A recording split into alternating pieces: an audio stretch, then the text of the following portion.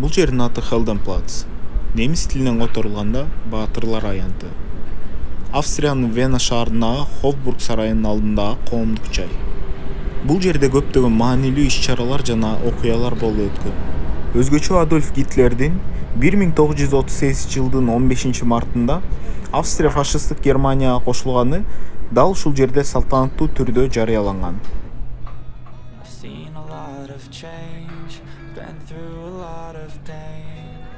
Things are not the same as they were a year ago, but all will be okay. I move on each and every day.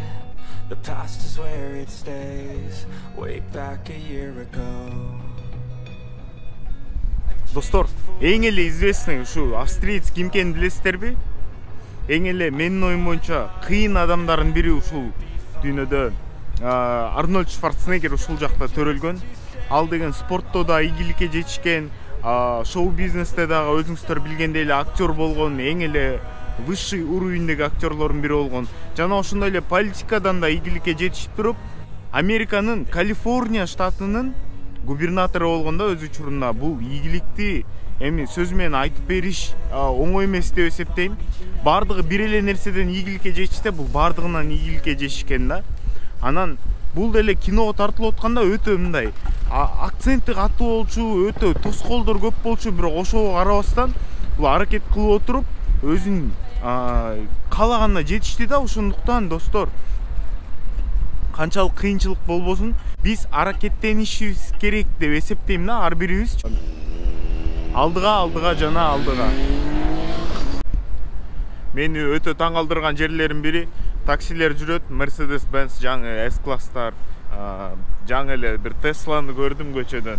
Тесла жана спортивный Теслалар, ошолор такси болуп жүрөт да. Жүрөгүң урутке койгула достор. Ошондой машинаны таксиде көрсөчү.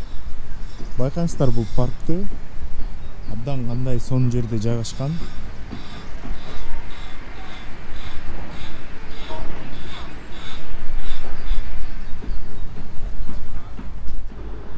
Бул Вен Ратхаус имараты. Немис тилинен Вена мэриясы деп которулат. 1872 жылдан 1883 жылга чейин Фридрих фон Шмидт тарабынан иштелип чыккан жана план боюнча неоготика стилинде курулган. 1892-1894 жылдар аралыгында дүйнөдөгү эң бийик имарат болуп саналган.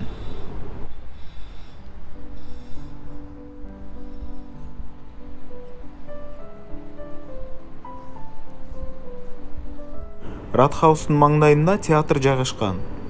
Бургтеатр императордук же сот театр деп которулат. Венадагы Австриянын улуттук театры. Бул эң маанилүү немис тилдүү театр жана дүйнөдөгү эң маанилүү театрлардын бири. Бургтеатр 1741 жылы ачылган.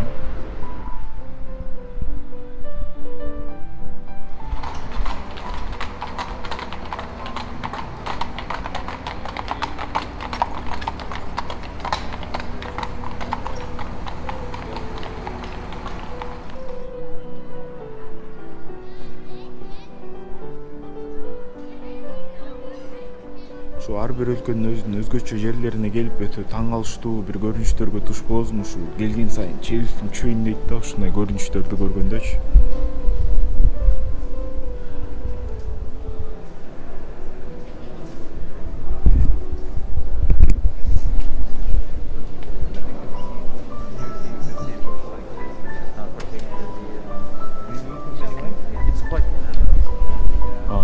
Кирүү бекеркен.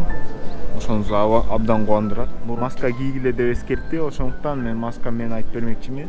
Ушул чиркөөлөрдүн бардыгы бири-бирине окшош. Даже ошол эле Ая София деген Стамбул шаарындагы мечит ушундай стилде болуп кетет да, негедирчи. Будан бир аз башкачараак, бирок мындай в общем алганда кайсы бир окшоштуктары бар.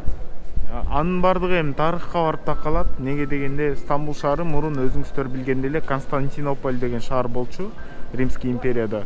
Анан кийин эле Стамбул болуп калган болчу. Түркиянын империясына кирген маалда.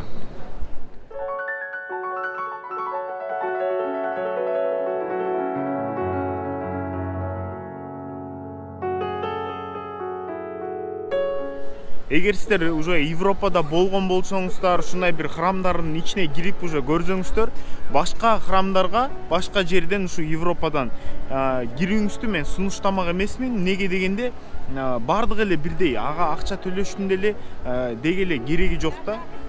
Бирдей окшош экен. Ошондуктан акчаңызды туура жакка саптаганды мен сиздерге сунуштамакмын да.